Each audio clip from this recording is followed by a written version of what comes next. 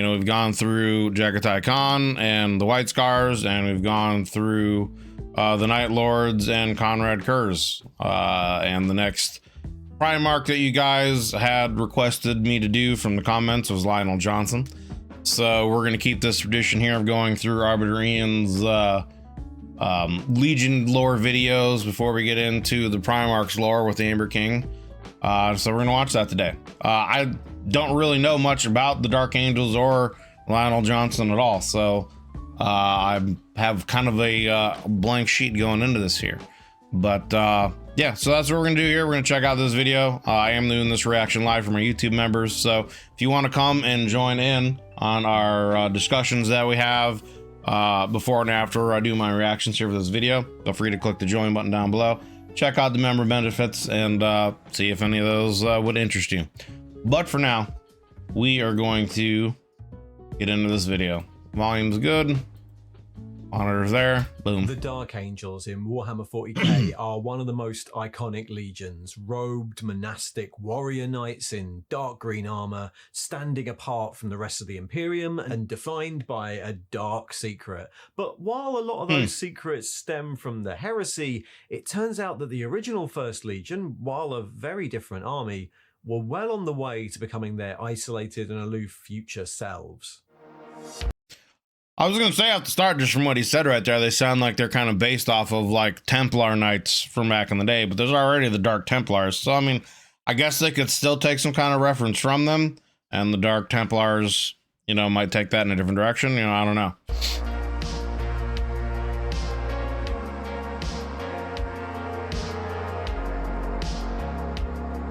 Hiya, welcome to Heresy 101. In this little series, I'm going to go through the background for each of the Space Marine legions of the Horus Heresy. I'll take a look where they are at the start of the heresy and how they got there, what happens to them during This must be the first legion he did. How that differs from the 40k chapters that we know. And before I start, this video contains spoilers for the Horus Heresy Black Books. No, we gotta stop it now. Series. Gotta stop it now. Can't watch it.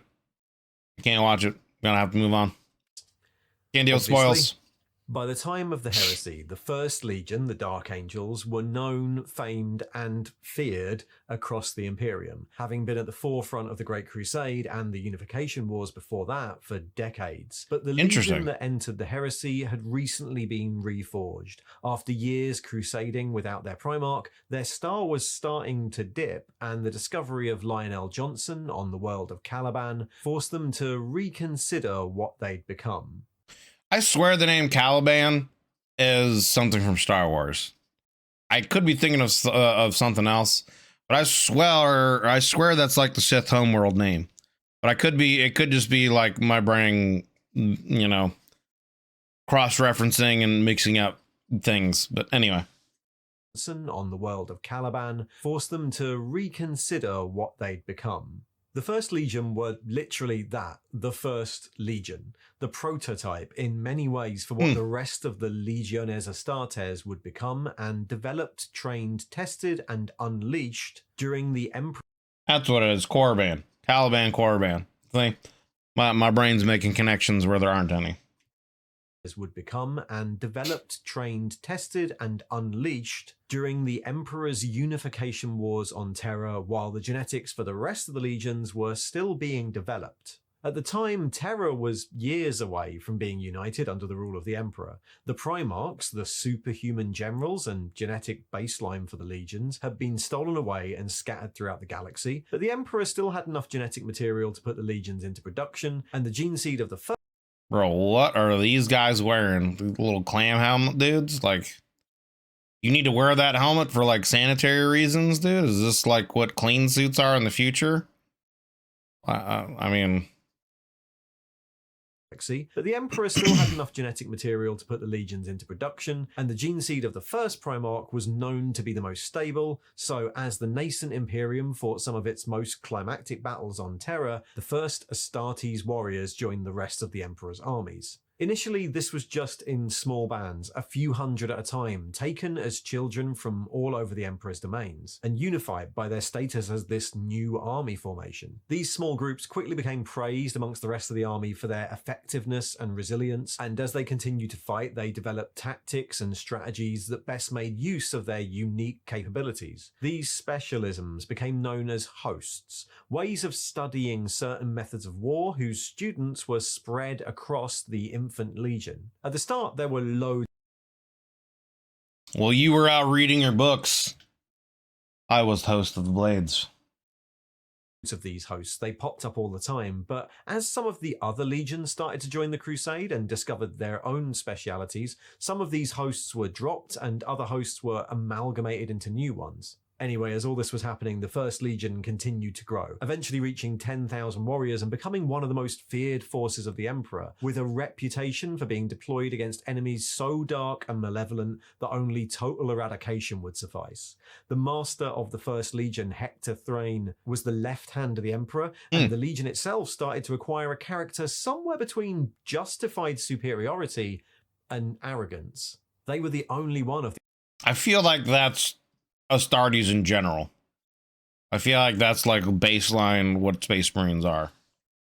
Justified superiority and arrogance. They were the only one of the Emperor's forces that could be deployed against certain enemies, enemies that would lay low any of the other armies of unity. They often fought alone, but when they fought with other armies, they were treated with a mixture of respect and terror. They were the first of the Astartes to be superstitiously referred to as the Angels of Death, a brutally efficient weapon hidden behind the pageantry of the Imperial Army. As if that wasn't enough, they were given access to some of the most prohibited weaponry of Old Night, gene phages and rad waves that had been locked away in the Emperor's vaults lest anyone else use them. And with these, they were let loose across the solar system alone to...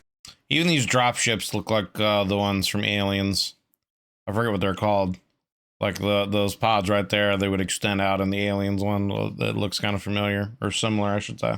Lest anyone else use them. And with these, they were let loose across the solar system alone to exterminate alien threats. When the time came for the Great Crusade to start and for the legions to leave the Light of Terror, the First Legion were gifted some of the oldest and most advanced ships, a fleet of them, where other legions were gifted just a handful. During this time of the early Great Crusade, the First Legion was the largest and most experienced of those Astartes forces, larger even I would than say the legions so. who'd already been reunited with their Primarch, like the Lunar Wolves. They spearheaded the crusade against the worst Xenos humanity encountered, fighting wars against enemies so horrific that every detail of them had to be kept a secret. But as the crusade carried on, their star started to wane. The hosts of the Hexagrammaton and the smaller orders that had arisen in the First Legion to deal with even more specific doctrines started to become quite fixed rather than the fluid organizations they were before, defined by traditions that their successes started to justify.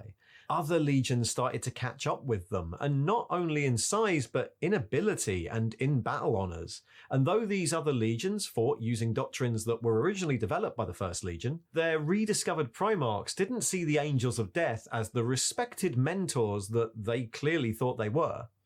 Yeah, I was gonna say, once like some of the other legions started getting Primarchs back, I would think that would only be natural that they would kind of pull ahead, because the Primarchs would kind of like start to forge them and use different tactics, and those tactics would be on par with their traits, their natural traits, because, you know, their thinking is similar to how their Primarch overall would think and how they would want to do, you know, stuff. So I feel like that would only be natural until, you know, Lionel Johnson got reunited with his legion. See the Angels of Death as the respected mentors that they clearly thought they were. They started to become prideful, aloof, even reckless, seen by the others as grim death seekers, their forces spread across the galaxy, searching for the most fearsome foes to defeat. And it's at this point, with half of the Primarchs already discovered, that a 5th Legion recon expedition came across the forested death world of Caliban, and the first Primarch, Lion... I was going to say, it sounds kind of like it almost got to a point where they felt like they had to keep proving themselves. So they just like, they were kind of like Goku, just trying to find the next strongest enemy to like fight, to like prove that they were still the best around. Interesting. Expedition. I wonder if that's one of Lionel Johnson's traits, if that's just how he is. He's like, that's what the lion's sin of pride, you know what I mean? So I don't know. I guess that would also be fitting that he's, called the Lion. So came across the forested death world of Caliban and the first Primarch, Lion L. Johnson. Caliban was a world plagued by warp-touched monsters, and which had developed a culture of monastic knightly organizations formed to hunt down the monsters and defend the population. The greatest of these was called the Order, and it had discovered Johnson in the forests as a child. Shortly before discovery, Johnson had risen alongside his mentor Luther to become head of the Order, and by the time the Crusade got to Caliban, the Order had eclipsed all the other knightly organizations and almost completed its task of purging the monsters from Caliban. There had been resistance to that idea, other orders arguing that the monsters defined their culture, but these arguments were ignored. The Lion it is kind of almost like a Templar Knight kind of order that, Lionel started on, and their whole thing was like seemingly hunt down and protect people from these warp corrupted creatures. Interesting. Turned out to be a stoic, determined figure with little time for niceties or diplomacy. There was no great celebration period when he was discovered, only a grim determination to rid the galaxy of, well, just a new set of monsters. But even though he took command of his legion faster than any other Primarch had, the First Legion was no simple army. At this point, it was an institution of the Imperium, and it took years before he could gather his forces to him and formally be sworn in on the Legion stronghold of Gramir. When he was, he redubbed his legion. We are the angels of darkness, for in us there is no peace, no end but war and death. We shall not walk in the golden halls of mankind's future, but stand resolute in the shadows beyond. While we yet draw breath, this Imperium will not fall. We will not know defeat, for I pledge every warrior, every drop of blood in the Legion, in the name of victory, no matter the cost. And with that, the Dark Angels rejoined the Crusade, alongside a Primarch who shared, well, a lot of their previous convictions. There were changes. I would assume so. Of the they were made from his genetic material, so it kind of, makes sense. Well, a lot of their previous convictions. There were changes. Aspects of the Calibanite orders were incorporated into the Legion's existing orders. Stormwing, Deathwing, Ravenwing. The largest of all the wings of Stormwing incorporated the majority of the Dark Angels, Line Infantry, Training Battalions, and Mobile Ordnance. Deathwing formed the shattered remains of the host of Crowns, the formation once famed for its line breaker squadrons and marksmen.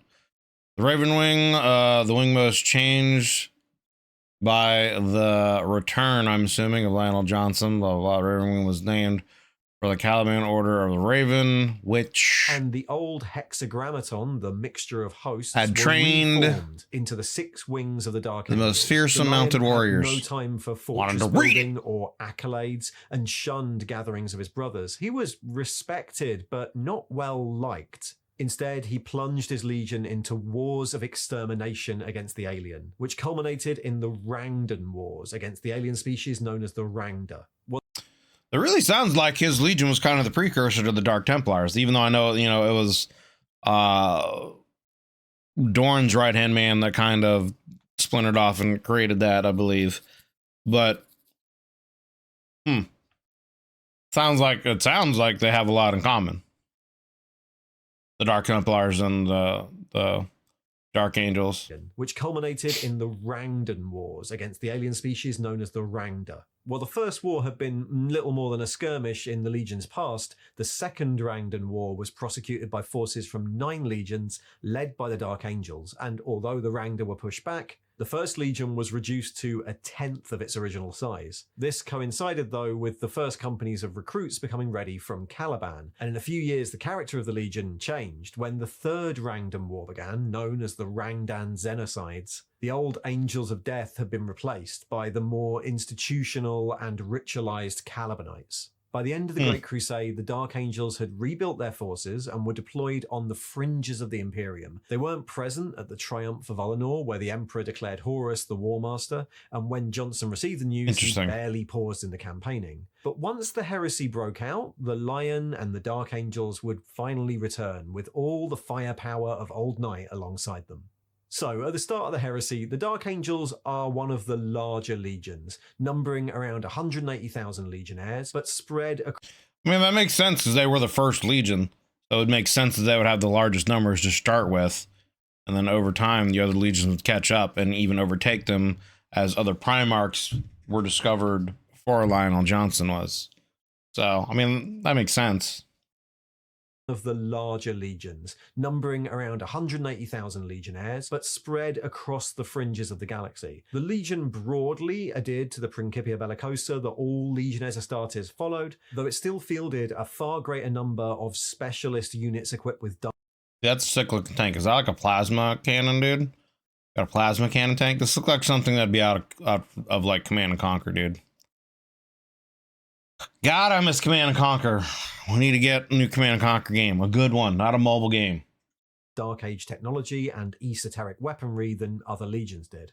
In addition to this, its warriors were also divided up between various internal orders. These were small organizations dedicated to mastery of a specific weapon or over a specific foe, and then divided again between the much larger wings of the Hexagrammaton. These 6 wings were the Storm Wing, dedicated to mass infantry tactics, the Death Wing, specialist line breakers and elite veteran infantry, the Raven Wing, based around mobile assault and skirmish warfare, the Dread Wing, guardians of the most prohibited weaponry and dedicated to, war crimes, basically. The Iron Wing, the massed armor and artillery specialists, and the Fire Wing, the hidden blade dedicated to secret operations and sabotage. These wings and orders... They were the spies. They were the Jason Bourne boys. ...organization amongst the Dark Angels. So a single soldier, like Zediel here, might just be a line legionnaire, but was also a proctor in the Storm Wing and a member of the Order of the Crimson Field, and so his unit sergeant could call on him for specialist tactical knowledge. This system of wings and orders also provided a handy resistance to the warrior lodges that spread across some of the traitor legions.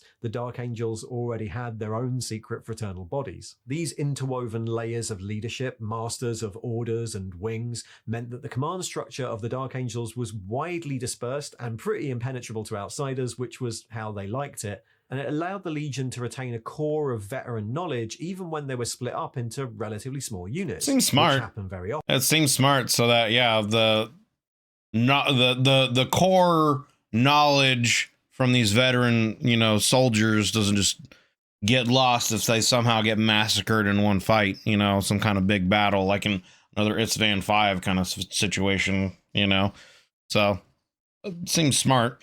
Or of veteran knowledge even when they were split up into relatively small units, which happened very often. It was rare to see the Legion gathered in one place. Even the Lion only had about a third of the Legion under his direct command at the start of the heresy. When news came of the betrayal and the mission to Istvan, the scattered Dark Angels expeditions, knowing they'd never reach the system in time, dedicated themselves to prosecuting a war against any systems who declared for the War Master, and then running a guerrilla campaign against the slow traitor advance to Terra. As the heresy then rolled on, the main force of the Dark Angels Legion, under the Lion, would be stalled for years by the Night Lords in what became known as the Thramas Crusade, I remember that, on the eastern fringes of the galaxy. What started as a campaign of mass battles turned into something much bloodier. Yeah, I remember that. I remember that from the Conrad video of them basically going back and forth chasing each other for years before eventually Lionel setting a trap and catching him. The Night Lords reverted to hit-and-run tactics, rampaging across the eastern fringe and avoiding open battle until, frustrated, the Dark Angels reverted to a scorched earth campaign of extermination, their only goal being the destruction of traitor forces at whatever cost, including the ruination of Imperial worlds. Finally, the Dark Angels defeated and scattered the Night Lords at Sheol 9, ending them as a threat for the rest of the heresy, and then finding themselves on the wrong side of the Ruinstorm, they made their way to Ultramar, where the Lion and his Dark Angels joined forces with the Ultramarines and the Blood Angels. After the brief establishment of Imperium Secundus by the Ultramarines, all three legions then decided to push towards Terra through the storms, a journey that came to a head at the Second Battle of Davin, where the Dark Angels elected to hold the line against traitor forces so that the Blood Angels could escape through to Terra. Though a small force of Dark Angels would eventually fight in the Siege of Terra, the majority of the First Legion's fleet and the Lion himself wouldn't arrive at Terra until the heresy was all but over.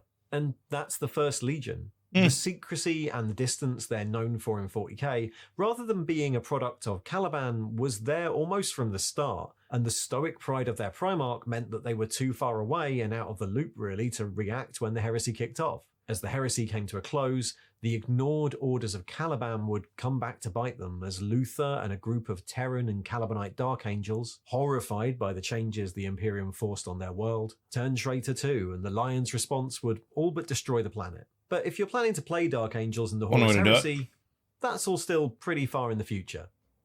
Thanks for watching. There we go. Okay, so if you'd like more Heresy info, then click on that thingy there to the right. The next Legion is probably coming up. And if you'd like to see these videos early or support actually the channel, there this time. Patreon link below. See ya. He didn't lie to us this time. It's actually there. Another Legion. All right, well, yeah. Great video as always by Arbitor Ian. There will be a link down below in the info section, description, whatever you want to call it, to this video without my commentary, and to Arbitor Ian's channel. You should absolutely check out his stuff. He's a great 40k content creator. Lots of knowledge, lots of great videos on various subjects in 40k. Go check out his channel. Give him some likes, give him some subs. Check out his Patreon, or if he's got a YouTube membership stuff. Check out all the stuff if you want to support him. Great guy. Yeah, that was a good little overview of the Dark Angels leading up into the Lionel Johnson video that I'm going to do. They really seem like they were pretty heavily based off of, you know, Templar Knights, the old Templar Knights. They were a monastic order that was created to protect people on the way to you know, on the roads to Jerusalem or whatever. And they seem kind of somewhat based off of that. You know, Lionel Johnson's kind of little lore that I got into was, you know, him becoming a part of an order that fought off these warp creatures. But he said at the beginning they have some kind of dark secret, and I don't know if he really got into that or not. It didn't seem like it. So I'm not sure what that was about. I don't know, but great video overall. I'm looking forward very much to getting into the actual Amber King video of Lionel Johnson. It was the next most requested Primarch for me to get into after Conrad Curves, so we're gonna get into him next, and then we'll see where we go from there. But if you enjoyed this video, guys, you know, consider leaving a like and a sub. Would appreciate it. Would help me, help the channel grow. Appreciate you guys hanging out and watching this video with me up here to the very end. Like I said earlier, I am doing this reaction live to for my YouTube members. If you want to come in and join in with our discussions that we have before and after, I do these live reactions. Again, feel free to click the YouTube membership button, the join button down below. Check out the membership tiers and see if any of those would have any interest in you. But for now, that's going to call it for this one. Appreciate you guys. Hope you're having yourself a wonderful day whenever you're watching this, and I will see you guys on the next one. Take it easy.